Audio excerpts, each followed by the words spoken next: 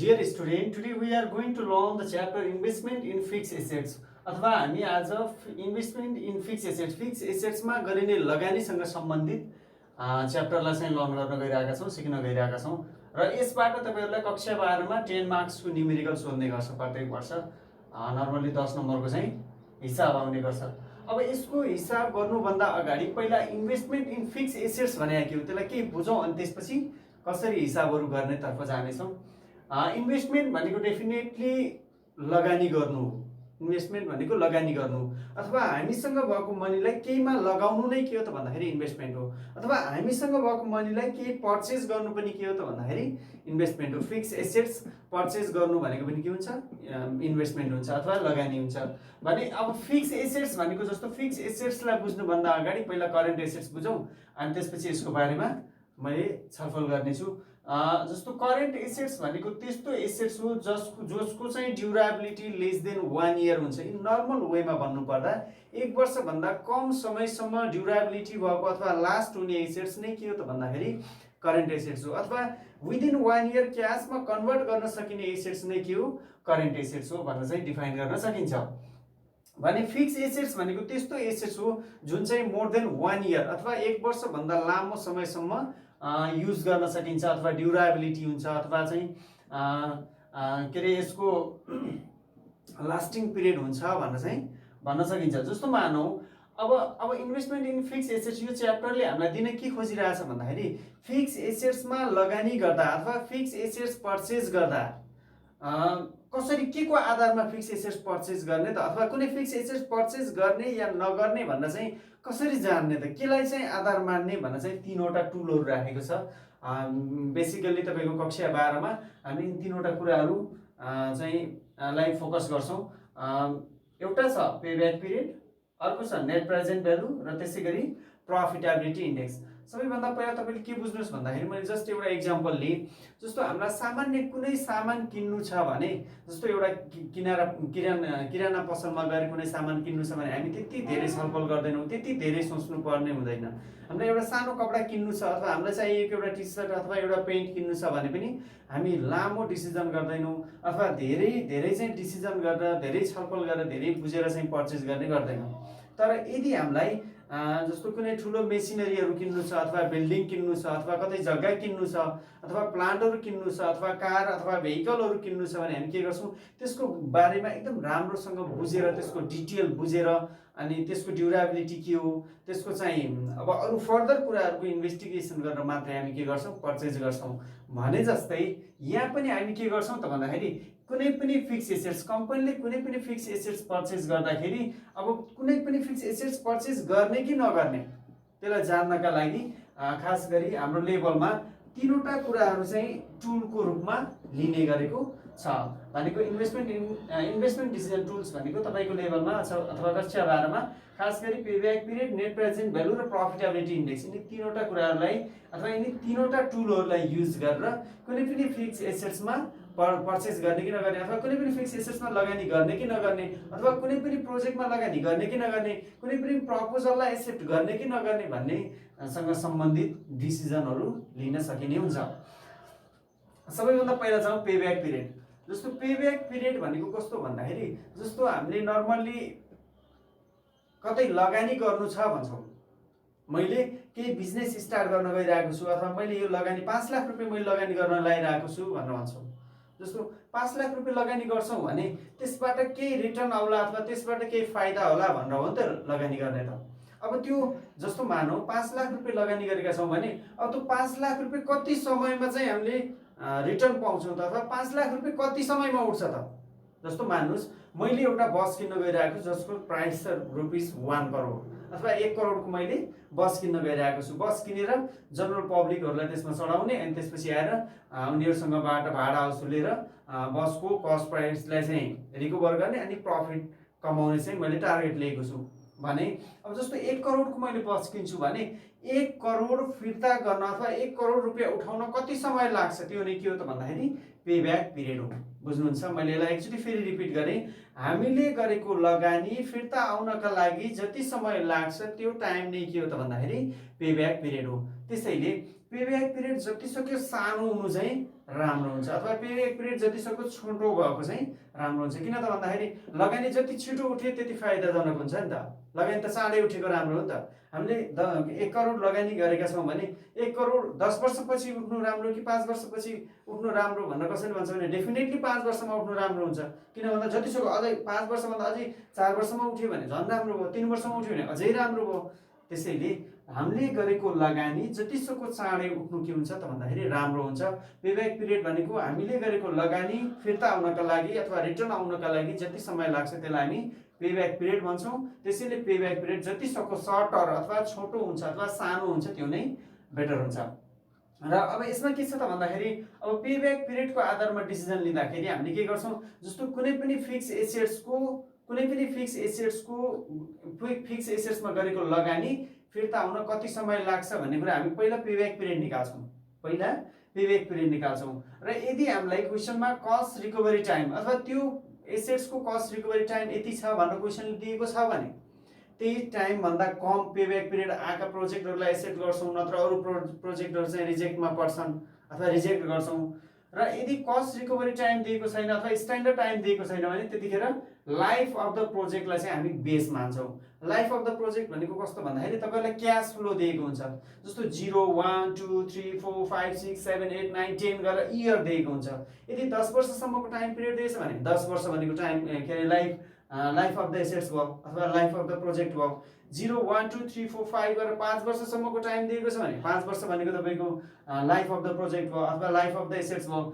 0, 1, 2, 3, 4 सम्म दियो भने 4 इयर भनेको चाहिँ लाइफ अफ द प्रोजेक्ट हुन्छ। अब पेब्याक पिरियड निकाल्ने अनि लाइफ अफ द प्रोजेक्ट भन्दा पेब्याक पिरियड कम आयो भने एक्सेप्ट गर्ने, बढी आयो भने रिजेक्ट गर्ने भनेर चाहिँ हामी डिसिजन लिन्छौँ। अब यसमा तपाईँको केही प्रोजेक्टहरू हुन्छन्, विभिन्न टाइप्सका प्रोजेक्टहरू हुन्छन्, जस्तो independent project, mutually exclusive project, dependent project, new project, research and development project गरेर विभिन्न खालका प्रोजेक्टहरू हुन्छन्।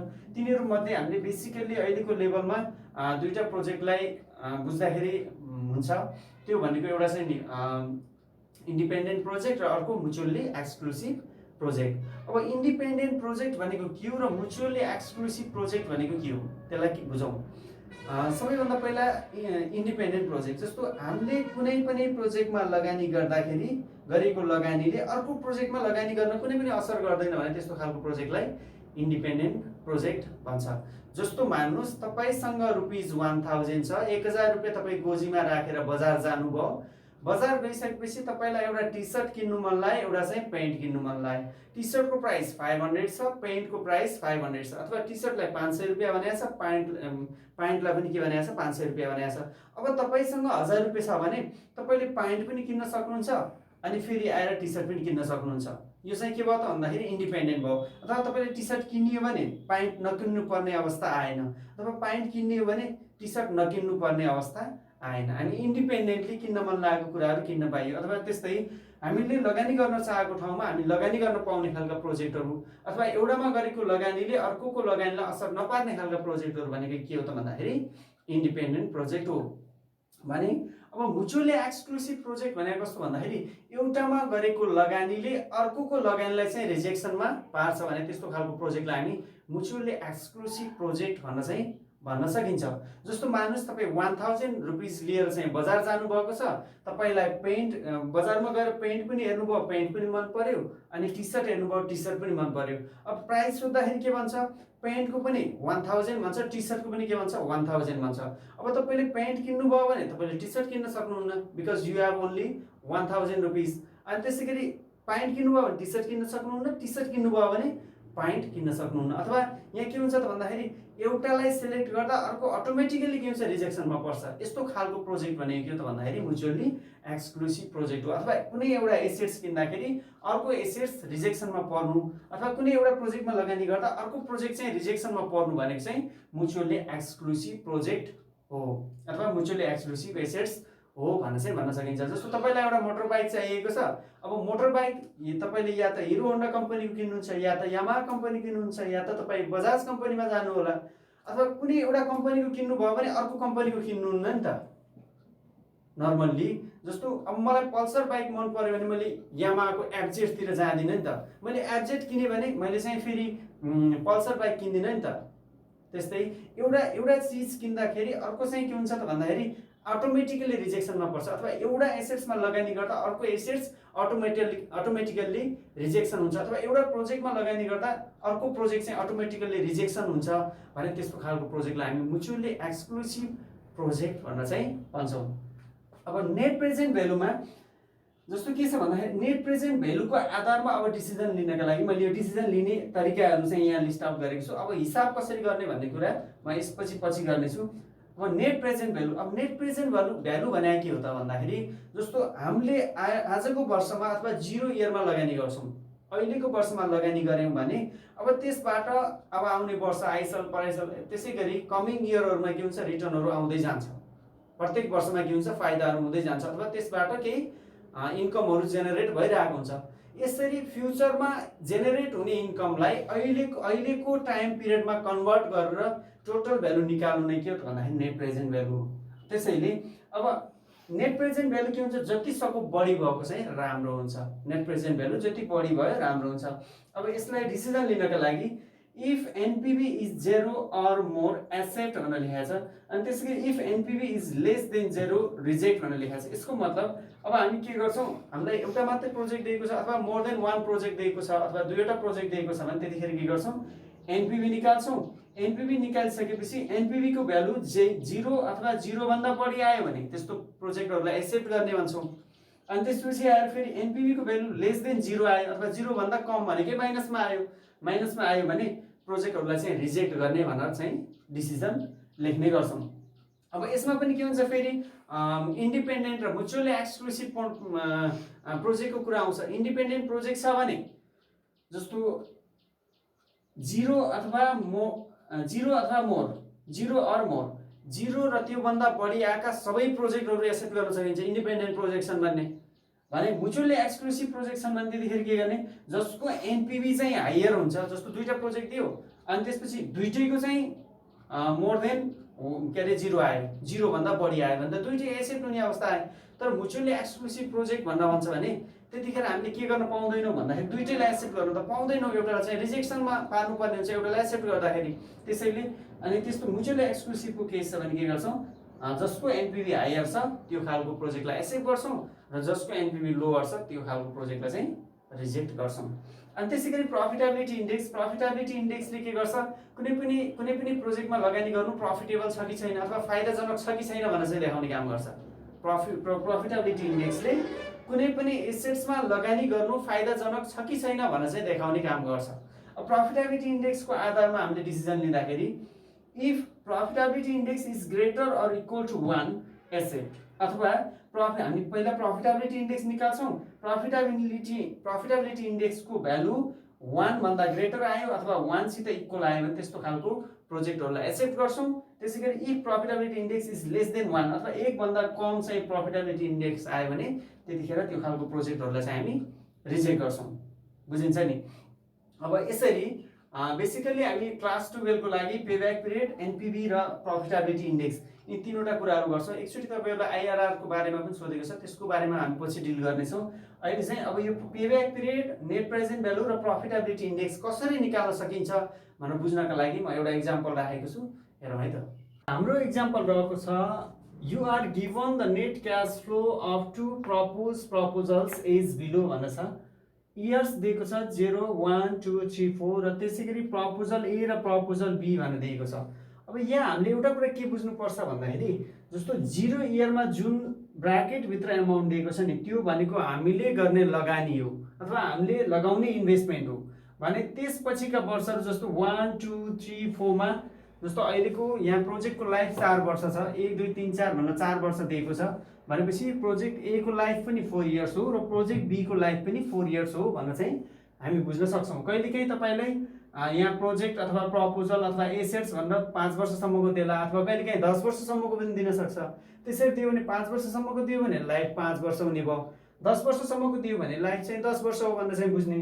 र अर्को कुरा एउटा कुरा मैले भनिहालेँ, 0 इयरमा दिएको एमाउन्ट अथवा ब्राकेटमा दिएको एमाउन्ट के हुन्छ, हामीले गरेको लगानी हुन्छ अथवा हाम्रो इन्भेस्टमेन्ट हुन्छ भने त्यसपछिका वर्षहरूमा आएको एमाउन्टहरू के हुन्छ, फेरि त्यसबाट हामीलाई मिलेको रिटर्न अथवा त्यसबाट हामीलाई आएको आम्दानी इन्कम हो भनेर चाहिँ बुझ्नुपर्छ। र र अर्को कुरा तपाईले के बुझ्नुपर्छ, जस्तो प्रोजेक्ट ए र प्रोजेक्ट बी अथवा प्रपोजल ए र प्रपोजल बी मा क्याश फ्लो को प्याटर्न फरक छ। प्रपोजल ए मा 7000 छ पहिलो वर्ष, दोस्रो वर्ष 7000, तेस्रो वर्ष 7000 र चौथो वर्ष पनि 7000 छ। तर के छ, प्रपोजल बी मा पहिलो वर्ष 10000, दोस्रो वर्ष 5000, तेस्रो वर्ष 8000 र चौथो वर्ष 5000 छ। यसको मतलब प्रपोजल ए को प्रत्येक वर्षको एमाउन्ट सेम छ। हेर्नु त, प्रपोजल ए को प्रत्येक वर्षको एमाउन्ट सेम छ, 7000 7000 7000 7000 भने प्रपोजल बी को प्रत्येक वर्षको एमाउन्ट सेम छैन। यहाँ 10000 छ, 5000 छ, 8000 छ, 5000 छ। अब हामीले के बुझ्ने त भन्दाखेरि यदि प्रत्येक वर्षको क्याश फ्लो बराबर हुन्छ भने त्यस्तो खालको प्रोजेक्टलाई हामी इभन, त्यस्तो खालको प्रपोजललाई हामी, त्यस्तो खालको क्याश फ्लोलाई हामी इभन क्याश फ्लो भन्न चाहिँ भन्छौँ। इभन क्याश फ्लो भन्न चाहिँ भन्छौँ। बुझिन्छ नि, प्रत्येक वर्षको क्याश फ्लो सेम छ भने इभन क्याश फ्लो, र प्रत्येक वर्षको क्याश फ्लो सेम छैन भने त्यसलाई चाहिँ अनइभन क्याश फ्लो, अथवा यो चाहिँ इभन क्याश फ्लो, यो अनइभन क्याश फ्लो, अथवा यसलाई चाहिँ equal cash flow, unequal cash flow. अब मैले यहाँ इभन र अनइभन किन चिनाउन खोजेको, किन तपाईलाई बुझाउन खोजेको त भन्दाखेरि पेब्याक पिरियड एनपिभी निकाल्दाखेरि इभन भयो भने एक तरिकाबाट गर्छौं, अनइभन भयो भने अर्को तरिकाबाट गर्छौं। त्यसैले हामी इभन क्याश फ्लो हो कि अनइभन क्याश फ्लो भन्न चाहिँ पहिला क्वेशन देख्ने बित्तिकै बुझ्नु आवश्यक छ। त्यसैगरी 0 इयरको एमाउन्ट भनेको इनिशियल इन्भेस्टमेन्ट हो, सुरुको लगानी हो अथवा हामीले गर्ने लगानी हो भन्ने कुरा पनि हामीले सुरुमै बुझ्नु आवश्यक छ। त्यसैले मैले यो दुईटा कुराहरूलाई फोकस गरेँ र हाम्रो रिक्वायरमेन्ट छ पेब्याक पिरियड नम्बर 1 मा, नम्बर 2 मा नेट प्रेजेन्ट भ्यालु भनेको छ, र नम्बर 3 मा प्रफिटेबिलिटी इन्डेक्स भनेर सोधेको छ। अब individually payback period, net present value र प्रफिटेबिलिटी कसरी क्याल्कुलेसन गर्न सकिन्छ भन्ने कुरा म यतापट्टिको पार्टमा प्रेजेन्ट गर्छु। अब सबैभन्दा पहिला पेब्याक पिरियड सोधेको छ नम्बर ए मा। सो पेब्याक पिरियड निकालौं। Calculation of payback period, payback period that is PBP। अब यहाँ के छ त भन्दाखेरि हाम्रो दुईवटा प्रोजेक्ट दिएको छ अथवा दुईवटा प्रपोजल छ, प्रपोजल ए र प्रपोजल बी। प्रपोजल ए चाहिँ इभन छ, प्रपोजल बी चाहिँ अनइभन छ अथवा अनइक्वल छ। अब यस्तो अवस्थामा इभन को लागि हामी पेब्याक पिरियड कसरी निकाल्ने र अनइभन आयो भने पेब्याक पिरियड कसरी निकाल्ने यहाँ चाहिँ बुझ्ने कोसिस गर्नेछौँ। सबैभन्दा पहिला जाउँ for proposal A, for proposal A. पहिला प्रपोजल ए को निकालौं। Pay back period equals to, pay back period equals to initial investment divided by annual cash flow, annual cash flow। अब हेर्नु है, इनिशियल इन्भेस्टमेन्ट भनेको जस्तो 0 इयरमा दिएको एमाउन्ट भनेको इन्भेस्टमेन्ट हो, लगानी हो भनेर अघि मैले भनिहालेँ।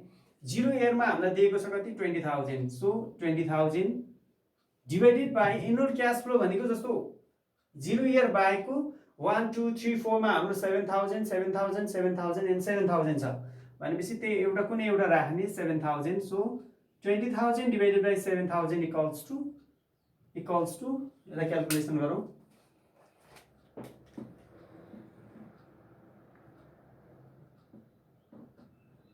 20,000 divided by 7,000 equals 2.857 years।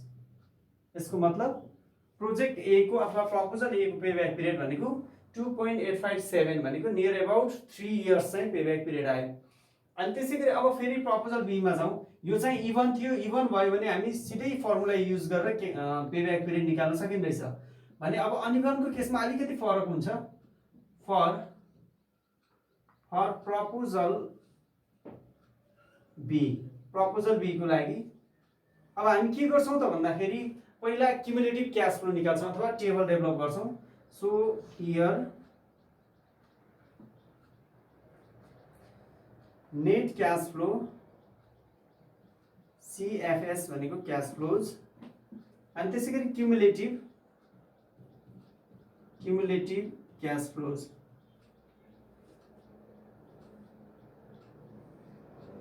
अब इयरमा हामीलाई दिएको छ 0 1 2 3 and 4 र क्याश फ्लोमा दिएको छ पहिलो वर्ष 20,000, यो हाम्रो चाहिँ आउटफ्लो हो अथवा हामीले गरेको लगानी हो 0 इयरमा। र इयर 1 मा छ अमाउन्ट ₹10,000 पोजिटिभ भ्यालु छ। अनि त्यसै गरी इयर 2 मा छ 5,000, इयर 3 मा छ 8,000 अनि त्यसै गरी इयर 4 मा छ 5,000। यसरी चाहिँ क्याश फ्लो दिएको छ। अब हामीले क्युमुलेटिभमा के गर्ने त भन्दाखेरि यो प्रत्येकलाई एड गर्दै जाने कि जोड्दै जाने, टोटल गर्दै जाने। क्युमुलेसन भनेकै सम हो, टोटल गर्दै जानु। अब यहाँ कति हुने भयो 20,000 छ भनेपछि 20,000 नै भयो ब्राकेटमा 20,000। अब 20,000 प्लस 10,000 माइनस 20,000 प्लस 10,000 भनेको माइनस 10,000, माइनस 10,000 प्लस 5,000 भनेको अझै पनि माइनस 5,000, माइनस 5,000 प्लस 8,000 भनेको प्लस 3,000 अनि त्यसै गरी प्लस 3,000 प्लस 5,000 भनेको चाहिँ 8,000। यसरी चाहिँ क्युमुलेटिभ क्याश फ्लो निकाल्न सकिन्छ। भनेको क्युमुलेटिभ भनेको नेट क्याश फ्लोको सम गर्दै जाने। अब यति गरिसकेपछि हामीले के गर्ने त भन्दाखेरि जस्तो लास्टमा तपाईँको नेगेटिभ भ्यालु छ नि, यो फर्स्ट सेकेन्ड थर्ड। अब यसपछि हाम्रो नेगेटिभमा अमाउन्ट छैन भनेपछि यो अमाउन्ट छ नि लास्टको जो क्युमुलेटिभ क्याश फ्लो छ त्यसले देखाएको भ्यालुको सिधा यतापट्टि जानुस्। यो कति छ त सेकेन्ड इयरमा छ, 2 इयरमा छ, अथवा यो 2 इयर भनेको के हुन्छ त भन्दाखेरि मिनिमम इयर हुन्छ। बुझिन्छ? क्युमुलेटिभ क्याश फ्लोमा हेर्ने, क्युमुलेटिभ क्याश फ्लोको नेगेटिभमा आएको भ्यालु लास्टको भ्यालु, नेगेटिभमा आएको लास्टको भ्यालु भने त 5,000 हो यो। अब यसको सिधा जाँदाखेरि 2 इयरमा पर्छ भनेपछि मिनिमम इयर कम्तीमा अथवा मिनिमम 2 वर्ष चाहिँ हाम्रो अमाउन्ट रिकभर हुन लाग्छ भनेको। अनि त्यसै गरी अमाउन्ट टु बी रिकभर भन्छ। हामीलाई 3टा कुराहरू चाहिन्छ यसमा। एउटा चाहिँ मिनिमम इयर, अर्को चाहिँ amount to be recover. Amount to be recover भनेको यही negative amount to be recover. र अर्को हामीलाई चाहिने आइटम भनेको cash flow of next year भनेको अब जुन चाहिँ नेगेटिभ छ नि यसको लाइनको तल्लो भ्यालु नेट क्याश फ्लोमा यो लाइनमा हेर्ने यो भन्दा एक स्टेप तल्लो भनेको यो फिगर। यसको मतलब अब हाम्रो यसपछिको फर्मुला हुनेछ minimum year plus amount to be recover by cash flow of next year. बुझ्नुहुन्छ? अब म फर्मुलामा गएँ। Now pay back period equals to minimum year plus amount to be recovered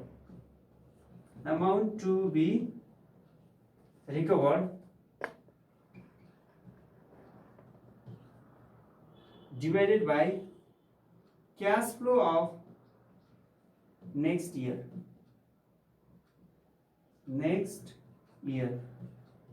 cash flow of next year। Minimum year भनेको 2 year plus amount to be recover भनेको ₹5,000 divided by cash flow of next year भनेको ₹8,000 equals to 2 plus 5,000 divided by 8,000 गरौँ। 5,000 divided by 8,000 equals to 0.625। यो भनेको कति भयो 2.625 years. यसरी project A को पेब्याक पिरियड 2.857 थियो भने प्रोजेक्ट बी को पेब्याक पिरियड चाहिँ 2.625 छ। अब हामीलाई यसमा मिनिमम कस्ट रिकभरी टाइम अथवा कस्ट रिकभरी टाइम यति हुन्छ भन्न चाहिँ भनेको छैन र प्रोजेक्टहरु म्युचुअली एक्सक्लुसिभ हो अथवा इन्डिपेन्डेन्ट प्रोजेक्ट हो केही पनि भनेको छैन भने अब यस्तो केसमा हामीले के गर्न सकिन्छ। अब लाइफ चाहिँ दुईटै प्रोजेक्टको कति छ 4 इयर छ भनेपछि अब यो पनि 4 इयर भन्दा कम भयो। प्रोजेक्ट ए को पेब्याक पिरियड 2.857 भनेको 4 इयर भन्दा कम भयो। अनि त्यसैगरी प्रोजेक्ट बी को पेब्याक पिरियड पनि 2.625 भनेको 4 इयर भन्दा अथवा यसको लाइफ भन्दा कम भयो भनेपछि अब यिनी दुईटै प्रोजेक्ट इन्डिपेन्डेन्ट हुन् भनेर यदि हामीले मान्ने हो भने के भन्न सकिन्छ त भन्दाखेरि since the payback period of project A and project B are less than that of its life so both project can be selected भनेर चाहिँ डिसिजन लेख्न सकिन्छ। र यदि यिनी प्रोजेक्ट म्युचुअली एक्सक्लुसिभ भइदिएको भए यदि यिनी दुईटा प्रोजेक्टहरू म्युचुअली एक्सक्लुसिभ हुने हो भने हामी कुनै एउटालाई मात्रै सेलेक्ट गर्छौँ दुईटैलाई सेलेक्ट गर्न त पाउँदैनौँ। अब यस्तो केसमा के गर्ने भन्दाखेरि जसको पेब्याक पिरियड कम छ त्यसलाई चाहिँ सेलेक्ट गर्ने। मैले अघि पनि भनिहालेँ यसको 2.857 छ भने यसको चाहिँ 2.625 छ। 2.857 भन्दा 2.625 त कम हो टाइम पिरियड। सो अब यस्तो केसमा यदि म्युचुअली एक्सक्लुसिभ भइदिएको भए अथवा एउटा मात्रै प्रोजेक्ट सिलेक्सन गर्नुपर्ने अवस्था भएको भए त्यतिखेर हामी के भन्न सक्थ्यौँ त भन्दाखेरि since the payback period of project B अथवा proposal B is less than that of project A so project B should be selected भनेर चाहिँ डिसिजन लेख्थ्यौँ। अब यसै गरी नेट प्रेजेन्ट भ्यालु र प्रफिटेबिलिटी इन्डेक्स सल्भ गर्छु मैले। अब सेकेन्ड रिक्वायरमेन्ट रहेको छ हाम्रो net present value. So number B मा calculation of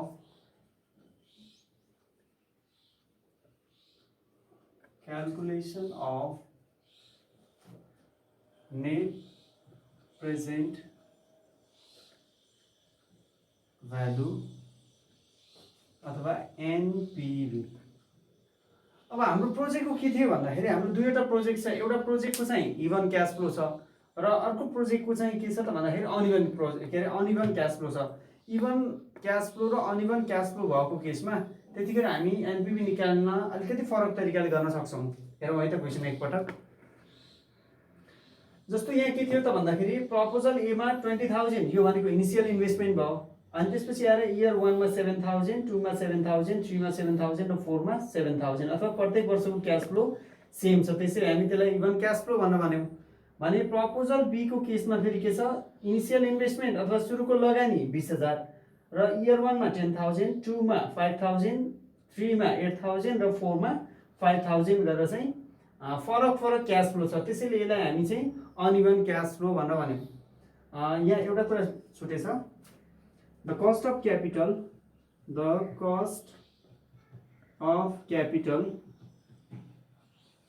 for each project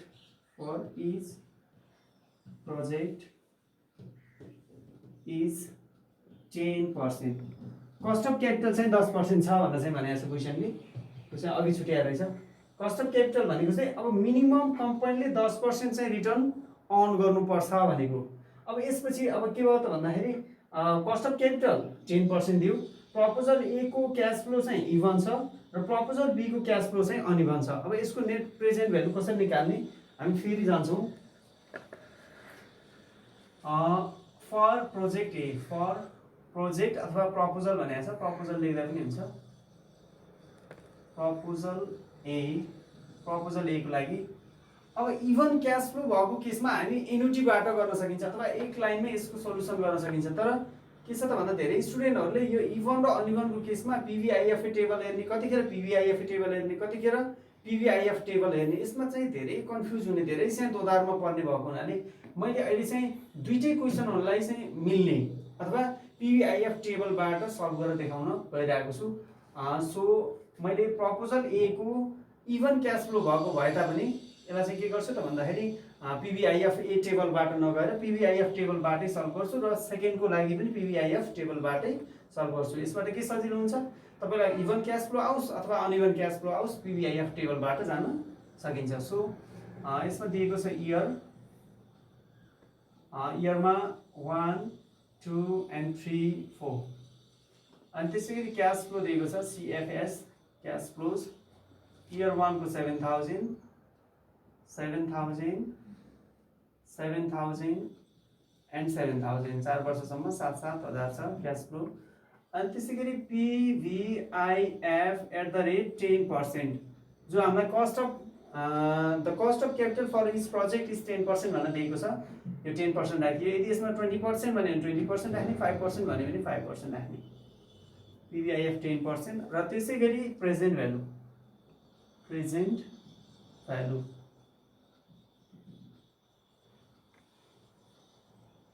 अब पीवीआईएफ @10% को भ्यालु हेर्नको लागि हामी पीवीआईएफ टेबलको सहारा लिनुपर्ने हुन्छ। र पिभिआइएफ टेबलमा तपाईको जस्तो 10% मा जाने यताबाट 0.5 देखि लिएर 1 2 3 4 5 6 7 8 9 10 गर्दै 10% मा जाने, किन भन्दा हामी 10% मा छौँ र क्वेसन 10% भनेको छ। र इयर 1 2 3 4 को भ्यालु राख्ने, 1 2 3 4 5 गर्दै चाहिँ यहाँ दिइरहेको छ, हामी राख्छौँ इयर 1 2 3 र 4 को मात्रै 0.9091 0.9091 अनि त्यसै गरी 0.8264 0.8264 अनि त्यसै गरी 0.7513 0.7513 र त्यसै गरी फोर्थ इयरमा 0.6830 0.6830। अब यसपछि हामी के गर्छौँ भन्दाखेरि क्याश फ्लोलाई पिभिआइएफ को यो भ्यालुले चाहिँ मल्टिप्लाई गरेर प्रेजेन्ट भ्यालुमा राख्छौँ। यसको मतलब 7000 मल्टिप्लाई बाई यो यहाँ, 7000 मल्टिप्लाई बाई यो फिगर यहाँ, 7000 मल्टिप्लाई बाई यो यहाँ, अनि त्यसरी 7000 मल्टिप्लाई बाई यो गरेर यहाँ देखाउँछौँ। यसरी क्याश फ्लोलाई प्रेजेन्ट भ्यालु इन्ट्रेस्ट फ्याक्टरले मल्टिप्लाई गरेर हामी यो भ्यालु निकाल्यौँ र यसको सम अथवा यो प्लस यो प्लस यो प्लस यो भनेको चाहिँ के हुन्छ त भन्दाखेरि यो फिगर आउँछ र यसलाई हामी टोटल प्रेजेन्ट भ्यालु भनेर चाहिँ भन्छौँ। Total present value TPV, total present value भनेर भनिन्छ। र यसबाट इनिसियल इन्भेस्टमेन्ट घटाउने less initial investment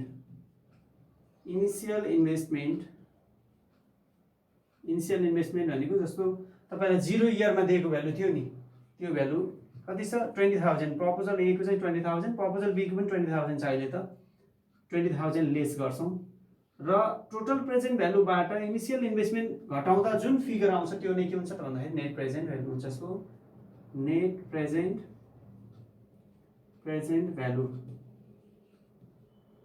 equals to कति हुने भयो 22188.6 बाट 20000 घटाउँदा 2188.6, that is near about 2189। अनि त्यसै गरी अब for proposal B, proposal B को लागि जसरी हामी ए लाई गर्यौं त्यही अनुसार बी मा गर्ने इयर अनि त्यसै गरी क्याश फ्लोज, त्यसै गरी पिभिआइएफ @ 10%, दुईटैको लागि 10% भनेको छ र प्रेजेन्ट भ्यालु अब इयरमा 1 2 3 एन्ड 4 4 वर्ष छ। क्याश फ्लो दिएको छ पहिलो वर्षमा 10000, दोस्रो वर्षको लागि 5000, तेस्रो वर्षको लागि 8000 र चौथो वर्षको लागि 5000। अनि त्यसैगरी पिभिआइएफ @ 10%, यो पिभिआइएफ को 10% को भ्यालु अब माथि पनि 10% नै भएको हुनाले माथि र तल सेम नै हुने भयो। सो 0.9091 अनि सेकेन्ड को लागि 0.8264 थर्डमा 0.7513 0.7513 अनि त्यसैगरी 0.6830। अब हामी के गर्छौं त भन्दाखेरि क्याश फ्लोलाई प्रेजेन्ट यो पिभिआइएफ 10% को भ्यालुले मल्टिप्लाई गरेर यहाँ राख्ने। मेरो मतलब 10000 इन्टु यो गरेर यहाँ, 5000 इन्टु यो भनेको यहाँ, 8000 इन्टु यो भनेको यहाँ र 5000 इन्टु यो भनेको यहाँ। यसरी क्याश फ्लोलाई पिभिआइएफ 10% मल्टिप्लाई गरेर यो भ्यालु अब्टेन गर्न सकिन्छ। र अब यो चारवटा भ्यालुको सम अफ भनेको यो प्लस यो प्लस यो प्लस यो भनेको चाहिँ 22648.40। यो फिगर नै के हो त भन्दाखेरि टोटल प्रेजेन्ट भ्यालु माथि निकाले जस्तै टोटल प्रेजेन्ट भ्यालु भयो। र यसबाट इनिसियल इन्भेस्टमेन्ट घटाइदिने लेस इनिसियल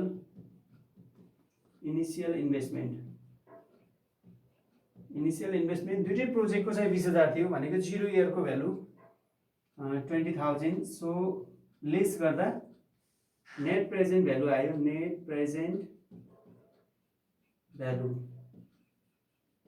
एनपिभी भनेको 22,648 बाट 20,000 घटाउँदा 2648.40 चाहिँ सेकेन्ड प्रपोजलको नेट प्रेजेन्ट भ्यालु हो। यसरी इभन र अनइभनको केसमा जस्तो अहिले चाहिँ मैले के गरेँ भन्दाखेरि इभनको केसलाई पनि पिभिआइएफ र अनइभनलाई पनि पिभिआइएफबाट गरेँ। यसरी गर्दाखेरि तपाईँहरूलाई एन्सरमा सिमिलरिटी हुन्छ, त्यसै चाहिँ सजिलो होस् भनेर चाहिँ मैले यसरी गरेँ। नत्र चाहिँ यसलाई हामी 1 to 4 गरेर यहाँ 7,000 राख्ने अनि पिभिआइएफै 10% को भ्यालु हेरेर सिधै एकैपटकमा पनि यसको एन्सर निकाल्न सकिन्छ। त्यसरी गर्दाखेरि जस्तो कतिखेर एनुटी इभन क्यास फ्लोमा एनुटी टेबल हेर्ने र अनइभनको केसमा चाहिँ पिभिआइएफ टेबल हेर्न चाहिँ धेरै स्टुडेन्टहरू कन्फ्युज हुने भएको हुनाले दुईटैलाई एकै तरिकाबाट गर्न मिल्ने टेक्निक अथवा त्यो भनेकै पिभिआइएफबाट चाहिँ मैले गरेर देखाउन खोजेँ हो तपाईँहरूलाई।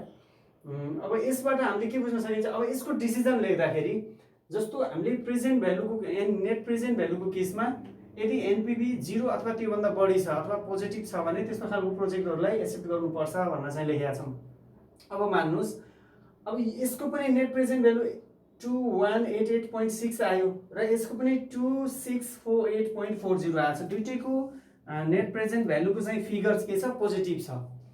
अब यदि यिनी दुईवटा प्रोजेक्टहरू इन्डिपेन्डेन्ट हुन् अथवा एउटामा लगानी गर्दा अर्कोको लगानीलाई चाहिँ असर पर्दैन, हामी दुईटैलाई लगानी गर्न सकिने खालका प्रोजेक्ट हुन् भने त्यतिखेर हामी दुईटै प्रोजेक्टमा लगानी गर्न सक्छौँ, किन भन्दा दुईटैको net present value positive figure आएको छ।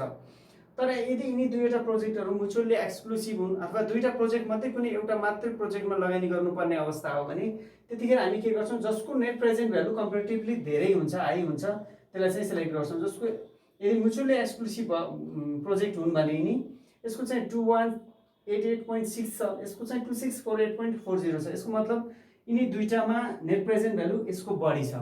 अब यदि म्युचुअली एक्सक्लुसिभ हुन् भने हामी चाहिँ कसरी डिसिजन लेख्छौँ त भन्दाखेरि since the net present value of proposal B is higher than that of proposal A, so project B should be selected भनेर चाहिँ डिसिजन लेख्नुपर्ने हुन्छ। बुझ्नुहुन्छ नि, यदि यिनी दुईवटा प्रोजेक्टहरू इन्डिपेन्डेन्ट हुन् भने दुईटैको नेट प्रेजेन्ट भ्यालु चाहिँ के छ, 1 भन्दा हायर छ अथवा 0 भन्दा हायर छ। त्यसैले दुईटै प्रोजेक्टलाई चाहिँ एक्सेप्ट गर्न सकिन्छ भनेर डिसिजन लेख्न सकियो। र यदि दुईटै प्रोजेक्ट चाहिँ म्युचुअली एक्सक्लुसिभ हुन् भने अथवा एउटा मात्रै प्रोजेक्ट सेलेक्सन गर्नुपर्ने अवस्था हो भने त्यतिखेर ए को प्रपोजल ए को भन्दा प्रपोजल बी को एनपीवी चाहिँ हायर छ। So since the NPV of proposal B is higher than that of proposal A, so proposal B should be selected भनेर चाहिँ डिसिजन लेख्न सकिन्छ। अब यसपछि रिक्वायरमेन्ट 3 को लागि प्रफिटेबिलिटी इन्डेक्स भनेर सोधेको छ र प्रफिटेबिलिटी इन्डेक्सको लागि हामीलाई चाहिन्छ एउटा चाहिँ टोटल प्रेजेन्ट भ्यालु अनि त्यसपछि आएर initial investment, total present value अनि आएर इनिशियल इन्भेस्टमेन्ट। किन त भन्दाखेरि प्रफिटेबिलिटी इन्डेक्स इक्वल्स टु के हुन्छ, total present value divided by initial investment हुन्छ। सो अहिले चाहिँ अब यसपछि मैले प्रफिटेबिलिटी इन्डेक्सलाई सल्भ गरेर देखाउँछु। प्रोजेक्ट ए को लागि टोटल प्रेजेन्ट भ्यालु भनेको 22,188.6 र इनिशियल इन्भेस्टमेन्ट 20,000 भयो। र त्यसै गरी प्रोजेक्ट बी को लागि टोटल प्रेजेन्ट भ्यालु भनेको 22,648.40 र इनिशियल इन्भेस्टमेन्ट चाहिँ 20,000 हुन्छ। हेरौँ है त प्रफिटेबिलिटी इन्डेक्सलाई। अब यसै गरी नम्बर सी मा प्रफिटेबिलिटी इन्डेक्स भनेको छ। So calculation of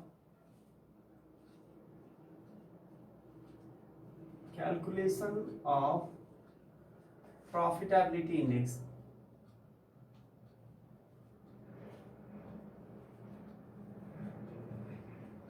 index pi. पहिला प्रोजेक्ट ए अथवा प्रपोजल ए को निकालौँ। फर प्रपोजल ए को लागि profitability index equals to profitability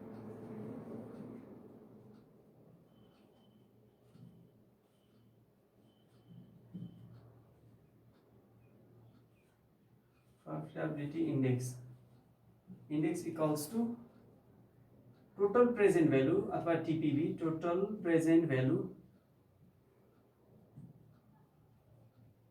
value divided by initial investment.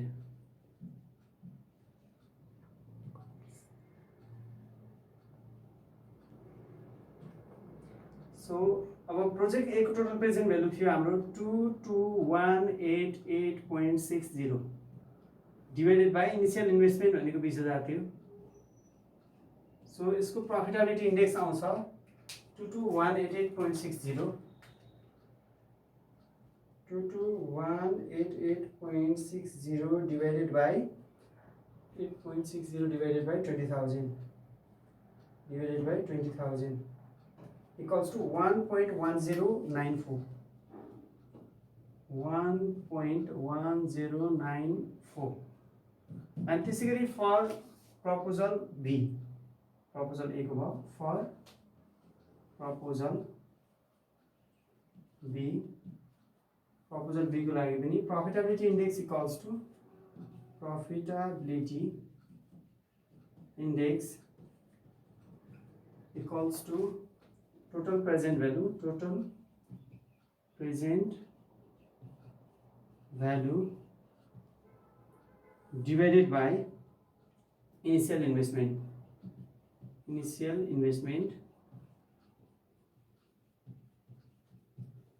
equals to our proposal B को total present value थियो 22,648.40 र यसको इनिशियल इन्भेस्टमेन्ट थियो ₹20,000। सो यसलाई डिभाइड गरेर हेरौँ 22,648.40 divided by 20,000 equals to 1.1324 यसरी चाहिँ प्रफिटेबिलिटी इन्डेक्स निकाल्न सकिन्छ। अब यसरी अब यिन दुईटा प्रोजेक्टहरुको डिसिजन लेख्नका लागि हामी अगाडि नै डिस्कस गरिसकेका छौं। सुरुमै भनेको छु कि मैले प्रफिटेबिलिटी इन्डेक्सको केसमा प्रफिटेबिलिटी इन्डेक्स यदि 1 अथवा ग्रेटर देन 1 आयो भने प्रोजेक्टलाई एक्सेप्ट गर्ने र 1 भन्दा लेस आयो भने त्यस्ता खालका प्रोजेक्टहरु रिजेक्ट हुन्छन् भनेर चाहिँ भनिसकेका छु। र यदि यिनी दुईवटा प्रोजेक्टहरु इन्डिपेन्डेन्ट हुन् अथवा एउटाको लगानीले अर्कोको लगानीलाई असर पार्ने खालका होइनन् भने त्यतिखेर हामी के भन्न सक्छौं दुईटै प्रोजेक्टको प्रफिटेबिलिटी इन्डेक्स 1.10 यसको पनि 1.13 आएको छ। दुईटैको चाहिँ के छ ग्रेटर देन 1 छ, एक भन्दा बढी छ। त्यसैले since the profitability index of project A and project B are greater than that of 1 so both project can be selected भनेर डिसिजन लेख्न सकियो। र यदि यिनी दुईवटा प्रोजेक्टहरु म्युचुअली एक्सक्लुसिभ हुन् अथवा एउटालाई मात्रै सिलेक्सन गर्नुपर्ने अवस्था हो भने त्यतिखेर जसको चाहिँ प्रफिटेबिलिटी इन्डेक्स हायर छ त्यसलाई चाहिँ हामी सिलेक्ट गर्छौं। यो प्रपोजल ए को 1.10 छ भने प्रपोजल बी को 1.13 छ। अब कम्पेरेटिभली हेर्दाखेरि यसको भन्दा यो चाहिँ प्रपोजल बी को चाहिँ प्रफिटेबिलिटी इन्डेक्स बढी देखिन्छ। त्यसैले यदि म्युचुअली एक्सक्लुसिभ हुन् भने हामी के भन्न सकिन्छ त भन्दाखेरि since the profitability index of proposal B is greater than that of proposal A so proposal B should be selected भनेर चाहिँ डिसिजन लेख्न सकिन्छ। यसरी तपाईहरुले चाहिँ यो इन्भेस्टमेन्ट इन फिक्स एसेट्स अन्तर्गत प्रॉफिट के रे payback period net present value र प्रफिटेबिलिटी इन्डेक्स चाहिँ क्याल्कुलेसन गर्न सक्नुहुन्छ।